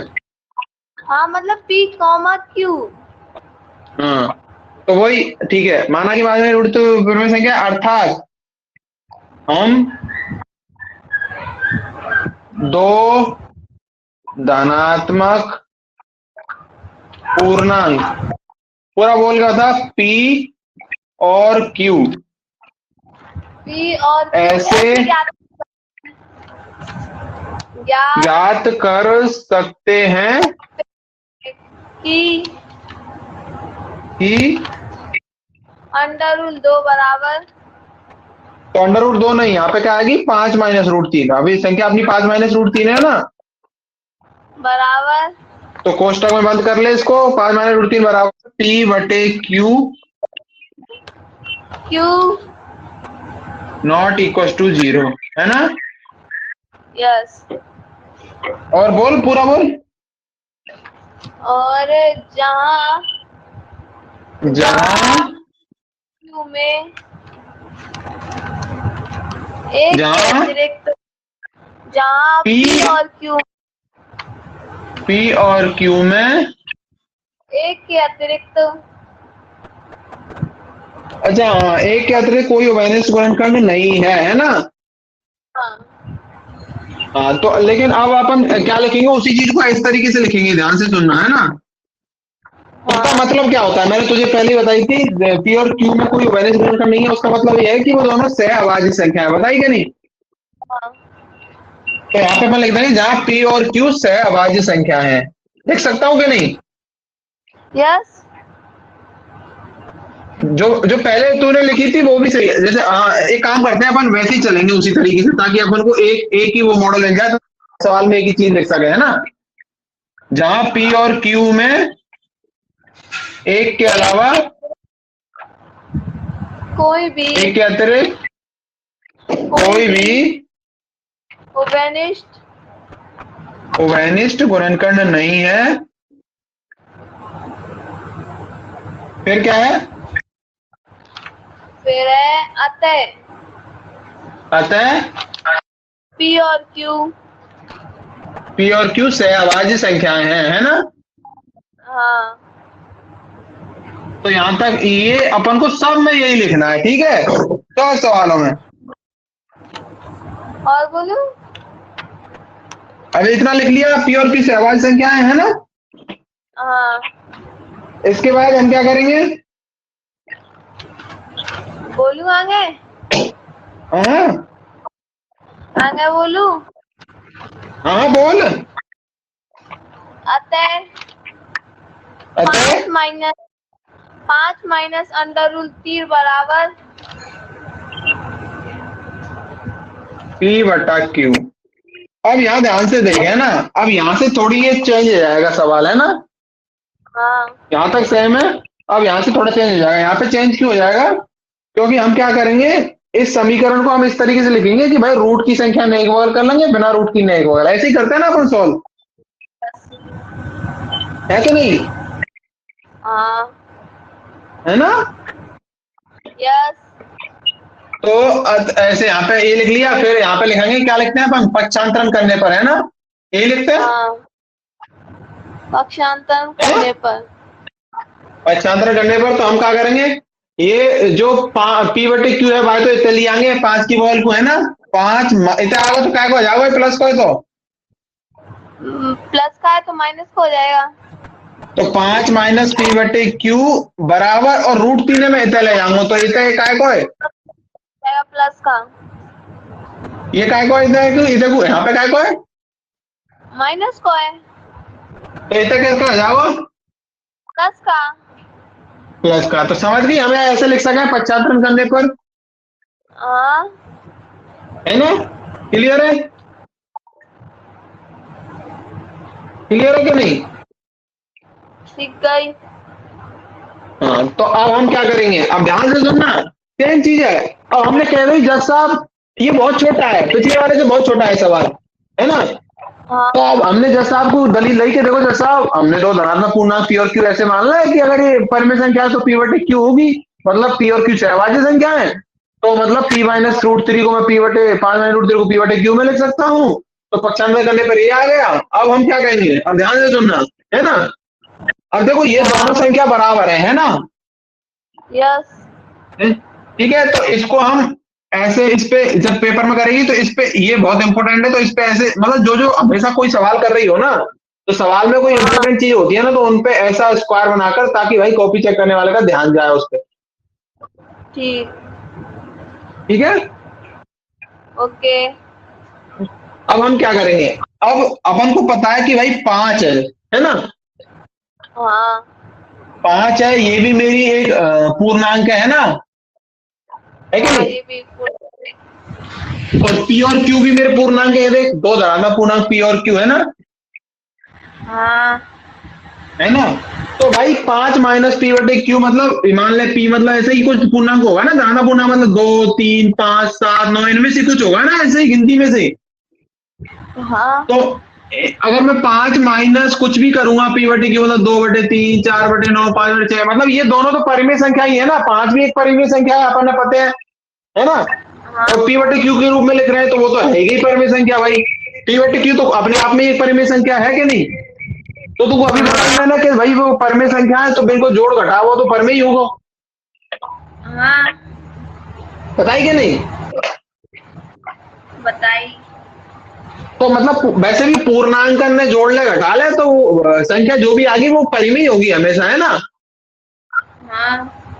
तो अपन यहाँ क्या लिखेंगे, ध्यान से देखना, चूंकि पी कॉमा क्यू, पी और क्यू ऐसे लिखेंगे, कॉमा से तो कंफ्यूज हो जाती है। पी और दिख रहा है ना, तो ये पी और क्यू हाँ। दिख रहा है कि नहीं। यस। क्योंकि पी और क्यू पूर्णांक है ना, है क्या नहीं। हाँ।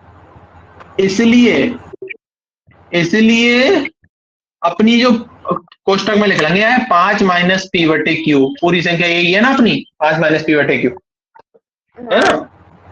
ये एक परिमेय संख्या, परिमेय तो होगी ये। यस, परिमेय होगी। अपन ने जज साहब को दलील दी कि जज साहब इक्वेशन निकाल रही हमने, लेकिन जज साहब यार ये 5 भी पूरा नंबर पूर्णांक है, पी और क्यू भी पूर्णांक है, तो जज साहब इनका जोड़ घटाना तो परिमेय ही होगा। अपन ने जज साहब को दलील दी, जज साहब ने मान ली कि बिल्कुल भाई तुम्हारी बात एकदम सही है ना। ये हाँ। परिमेय संख्या है, अर्थात अर्थात दिख रहा है ना तुझे। हाँ। अब जैसे ही जज ने हाँ करी कि हाँ भाई तुम सही कह रहे हो भाई कि 5 - p/1 परिमेय संख्या है, तो फिर पट्टे हम क्या कह देंगे कि भाई ये और ये तो बराबर है ना दोनों। हाँ। मतलब भाई ये और ये तो बराबर है, तुम कह रहे हो ये परिमेय तो ये भी परिमेय होनी चाहिए, हाँ। है कि नहीं। हम कह रहे हैं जज साहब से कि जज साहब हमारा चोर तो वहां गया था सवाई माधोपुर, है ना, हाँ। है ना। तो जज साहब कह रहा है कि, तो हम कह रहे हैं जैसा सवाई माधोपुर चोर गया था उस दिन, तो मतलब उस तारीख को सवाई माधोपुर में ही होगा वो। हाँ। तो वही बात हम कह रहे हैं कि जज साहब 5 - p/q तो परिमेय संख्या है। तो फिर जज साहब कह रहे हैं फिर कह रहे हैं कि जज साहब ये परिमेय है, तो ये तो बराबर ही है दोनों भाई, अगर ए बराबर बी है तो जो ए है वो बी है, सही है कि नहीं। यस। तो हमें कहेंगे कि जज साहब अर्थात √3, √3 क्या है, एक परिमेय संख्या है। अब ये बात सुन के जज के होश उड़ जाएंगे। तो हमने जज को दलील क्या दे दी कि जज साहब देखो ये 5 - p/q तो एक परिमेय संख्या है, तो ये आपको मतलब तो ये √3 भी एक परिमेय संख्या है। अब जज के यही बात से सुन के होश उड़ जाएंगे कि यार कल जो केस आया था, कल जो वकील लड़ रहा था माने तो वो सिद्ध करी कि √3 एक परिमेय संख्या है। हम्म। यही कहेगा ना वो कि यार कल के केस में जो सुनवाई हुई थी उसमें तो वो आदमी कह रहा था कि √3 एक परिमेय संख्या हाँ। है ना। तो ये कॉपी कर, आगे का फिर मैं लिखाऊंगा हिंदी। यहां तक क्लियर हो गया ना। हाँ, क्लियर है। अब कुछ नहीं है, अब तो ये समझ में आ गया ना। अब हमने जज को दलील दे दी कि जज साहब √3 एक परिमेय संख्या है, लेकिन जज कहेगा नहीं भाई साहब कल ही एक केस आया है और उस केस में वो बंदा कह रहा था कि √3 तो अपरिमेय संख्या होती है ना। तो फिर हम कहेंगे, हम क्या कहेंगे जज साहब कि जज साहब गलती है गई, गलती है गई, गलती है गई। तो जज साहब कहेंगे ये गलती कैसे हुई भाई, तो हम कहेंगे जज साहब ये गलती इसलिए है ही क्योंकि हमने एक त्रुटिपूर्ण या गलत कल्पना कर ली थी कि 5 - √3 एक परिमेय संख्या है। समझिए कि नहीं। समझ गई। तो बेसिकली जज को बेवकूफ बनाना है। यहाँ तक कॉपी कर ले ना। तुझे नीचे का दिख रहा है ना, ये जो लिखा है नीचे, अर्थात √3 एक परिमेय संख्या।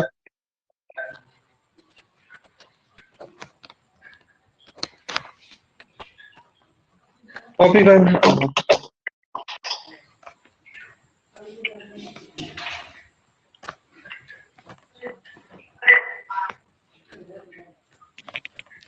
Mummy sorry.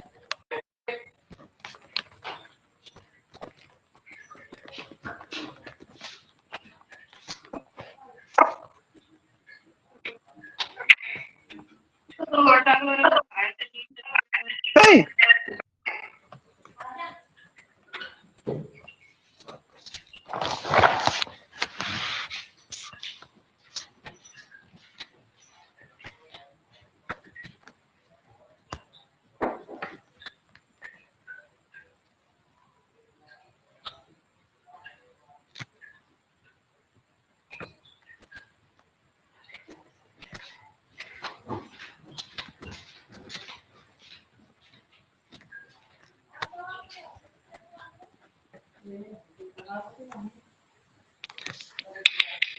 उतार लो, थोड़ा सा और बच रहा है।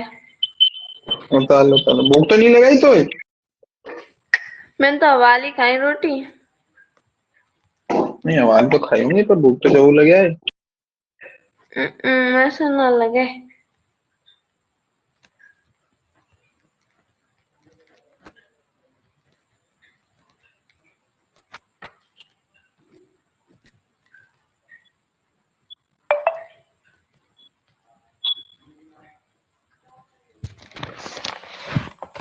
अभी थोड़ा कंटिन्यूअसली, अगर कंटिन्यूअसली हो जाएंगे तो फिर ऐसे सप्ताह में 3 दिन मैथ की किया करेंगे, 3 दिन साइंस की, है ना? हम्म। मैंने कि अभी कंटिन्यूअस हो जाएंगे अच्छे से तो फिर सप्ताह में 3 दिन मैथ लिया करेंगे, 3 दिन साइंस, है ना? ओके। फिर भी मैथ तो सही है लेकिन साइंस ही थोड़ी कमजोर सी है। हाँ हाँ, सब हो जाएगी मजबूत, वो तो कोई दिक्कत नहीं। बता देना, कॉपी कर ले तो ऊपर से मिटा दूं ना जब तक। ऊपर से तो मिटा दो।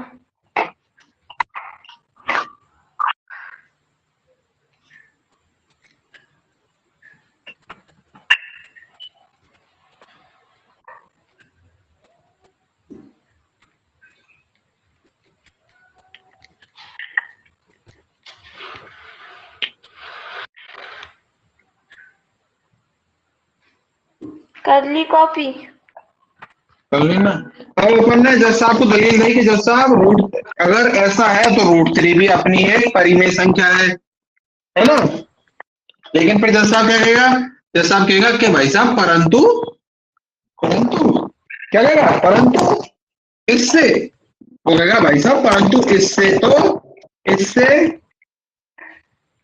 इस तथ्य, वो कहेगा भाई साहब इससे तो इस तथ्य का विरोधाभास होता है कि रूट 3 एक अपरिमेय संख्या है। कह रहा है भाई साहब ये तो तुमने वो वाली बात कर दी कि कल ही सिद्ध करी हमने रूट 3 अपरिमेय संख्या है, तो वो बात इससे गलत साबित हो रही है। तो वो जैसा वही कह रहा है, परंतु इससे इस तथ्य का विरोधाभास होता है। कौन सा तथ्य? कि रूट 3 एक परिमेय संख्या है। अपरिमेय, परिमेय नहीं, कौन से तथ्य की बात कर रहा है कि भाई कौन से तथ्य का वो है रहा है? रूट 3 तो अपन ने सिद्ध कर ली ना पहले ही, क्या अपरिमेय संख्या। तो जज साहब ने क्या कही? कह रहे भाई साहब तुम कहते हो बात, तुम सही रहे हो, तुमने सही कही है कि 5 - a/b परिमेय संख्या है तो रूट 3 भी परिमेय संख्या होगी। लेकिन भाई साहब मैंने कल ही एक केस लड़ा है, तो कल ही उस केस में सिद्ध हुआ था हमारा कि रूट 3 एक अपरिमेय संख्या है। तो वही जज कह रहा है अच्छी भाषा में क्या, परंतु इससे तो भाई साहब इस तथ्य का विरोधाभास है वो कि रूट 3 एक अपरिमेय संख्या है। हाँ, तो फिर अब वकील से पूछ रहा वो कि भाई ऐसा क्यों है, ऐसा विरोधाभास क्यों है? तो अब यहीं पे वकीलबाजी मान ले, क्योंकि वकील को तो यही चाहिए कि जज कब बोले कि विरोधाभास हुआ है ना?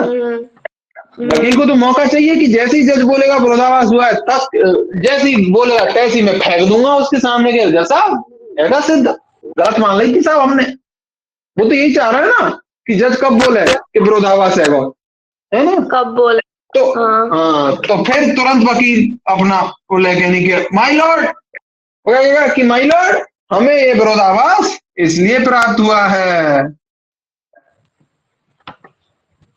वो तुरंत कहेगा कि माय लॉर्ड ये जो विरोधाभास है, ये विरोधाभास हमें इसलिए प्राप्त हुआ है। इसलिए प्राप्त हुआ है कि क्योंकि हमने क्या कर ली थी? गलत मान लिया। हाँ, क्योंकि हमने त्रुटिपूर्ण कल्पना कर ली थी, क्योंकि हमने त्रुटिपूर्ण कल्पना कर ली थी। त्रुटिपूर्ण, या फिर त्रुटिपूर्ण को क्या भी बोलता हूं मैं, गलत, है ना? राइटिंग थोड़ी खराब है मेरी, देख लेना, है ना? त्रुटिपूर्ण कल्पना कर ली थी। क्या थी वो कल्पना? त्रुटिपूर्ण कल्पना कर ली थी कि पाई माइनस रूट 3 एक परिमेय संख्या, यही तो कल्पना करी थी अपन ने। ये देखना, ये माना कि पाई माइनस रूट 3 परिमेय संख्या। तो हम वही कह रहे हैं जैसा से कि जैसा गलत कल्पना है ये, जैसा पाई माइनस रूट 3 एक परिमेय संख्या, एक परिमेय संख्या है, ये कल्पना गलत है।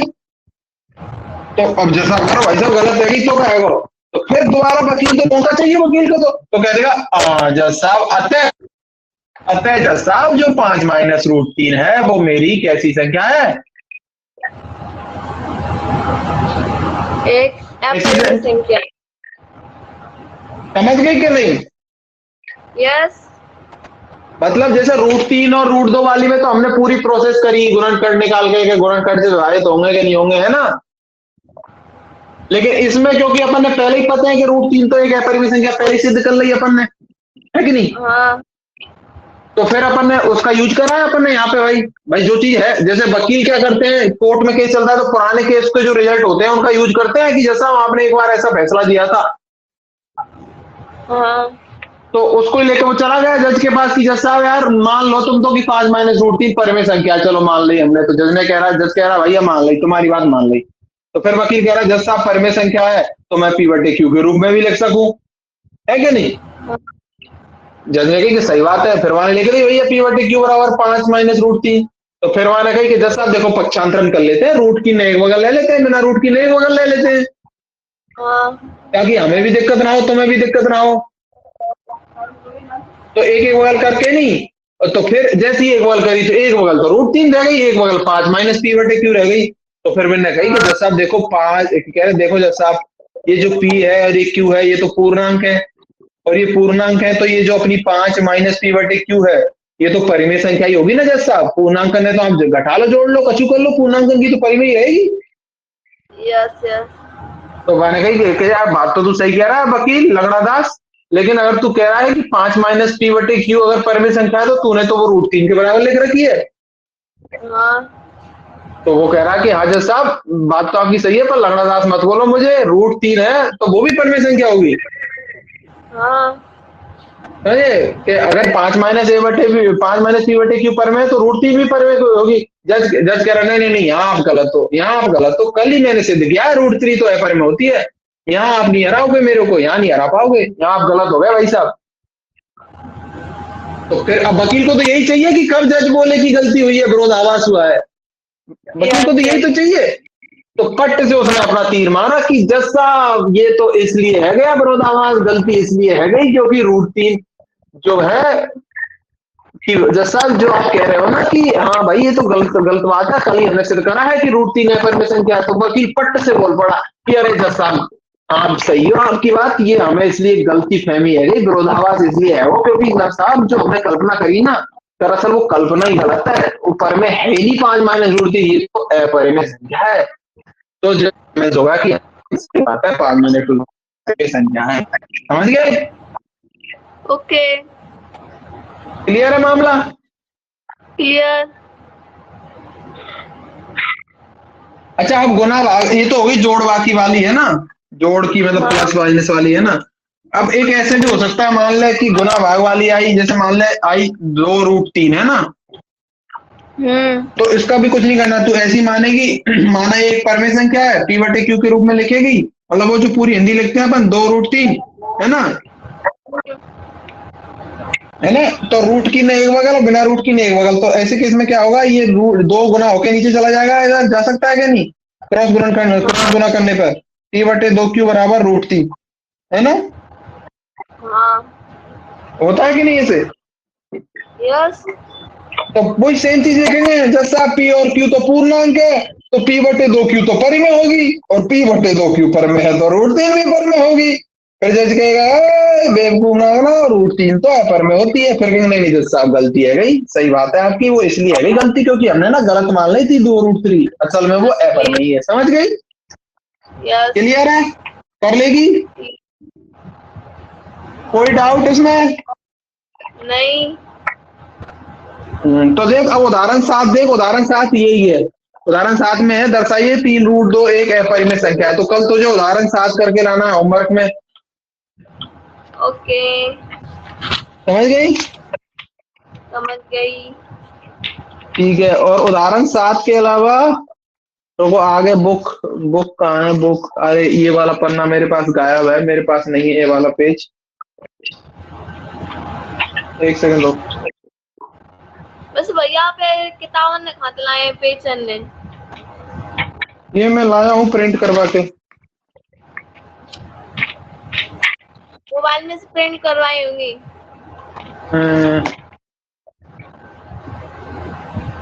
अच्छा उदाहरण 7 के बाद और कोई उदाहरण है कि डायरेक्ट प्रश्नावली है? मेरे पास वो एक पन्ना मिसिंग है। नहीं, डायरेक्ट 1.2 प्रश्नावली है। अच्छा, उसमें कितने सवाल हैं? उसमें 3 सवाल है। अच्छा, तीनों ऐसे ही होंगे। हाँ, एक तो ऐसे है, सिद्ध कीजिए कि अंडर रूल 5 एक अपरिमेय संख्या है, ठीक है। ये पहला। और दूसरा हाँ है, सिद्ध कीजिए कि 3 + 2 अंडर रूल 5 एक अपरिमेय संख्या है। हाँ, अब देख अब ये वाली जो संख्या है, इसमें प्लस वाली चीज भी आ रही है, गुना वाली आ रही है, तो कुछ नहीं है, अगर तू डरना नहीं। इसको भी पी बटे क्यू बराबर 3 + 2√5 लिख लेगी। तो ये पहले पक्षांतर कर लेगी तो पी बटे क्यू -3 बराबर 2√5 आ गया, है ना। फिर 2 का इधर गुना कर देगी तो ये क्या आ जाएगा, मतलब इसका क्रॉस गुणनखंड कर देगी ना ऐसे, पी बटे क्यू -3 कोष्टक में, और फिर इसमें 1/2 से गुना हो जाएगा ये, है ना, बराबर √5। समझ गई कि नहीं? ये 2 नीचे आएगा तो यस। समझ रही है कि नहीं? हाँ। तो इसको तू या फिर तू ऐसे भी कर सकती है, देख ज्यादा आसान ये है कि पी बटे क्यू -3 बराबर 2√5। तो इसको भाई यहाँ पे इसको सॉल्व कर ले, तो अगर इसमें मैं लघुत्तम लेता हूं तो क्यू आता है ना। हाँ। तो क्यू का क्यू भाग जाएगा, एक बार एक पी से गुना होगा तो पी माइनस इसके नीचे 1 मान लेता हूं, तो 1 का भाग क्यू में गया क्यू बार, तो क्यू को 3 से गुना करेंगे तो 3 क्यू, तो ये बराबर 2√5। तो ये क्या आ गई मेरी, पी -3 क्यू बटे क्यू बराबर 2√5, है कि नहीं।